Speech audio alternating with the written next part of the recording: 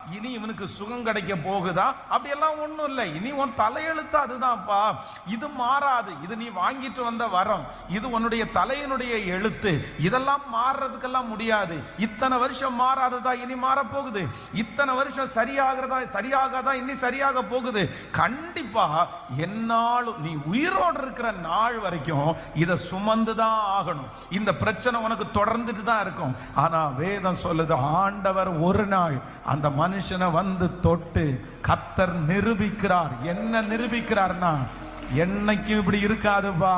38 வருஷமா இது உன் வாழ்க்கையில இருந்தாலும் கர்த்தர் ஒரு நாள் விடுதலை கொடுத்து அந்த மனுஷனுடைய வாழ்க்கையை மாற்றுவாரானால், இன்றைக்கு கர்த்தர் வாக்கு கொடுக்கிறார், இந்த சூழ்நிலை என்னைக்கும் இப்படி இருக்காது.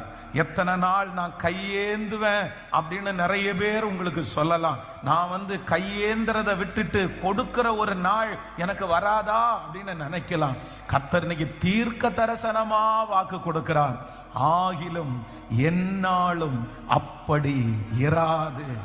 உங்க வாழ்க்கையில உங்க அம்மா அப்பா நிறைய பேர் கடந்து வந்தது இது ஒன்னே இப்படியே இருக்கிறதே நீங்க பார்க்கலாம். சாபங்களை தொடர்ந்துட்டு இருக்கிறத நாம் பார்க்கலாம். நீங்களும் அதற்குள்ள ஸ்டார்ட் ஆயிருக்கலாம். இப்போ உங்க பிள்ளைங்க அதற்குள்ள ஆரம்பிச்சிருக்கலாம். பாஸ்டர், எனக்கு நம்பிக்கையே இல்லை பாஸ்டர், என்னுடைய ஹோப்பே என்னை விட்டு போயிருச்சு, என்னுடைய தைரியமே என்னை விட்டு போயிருச்சு.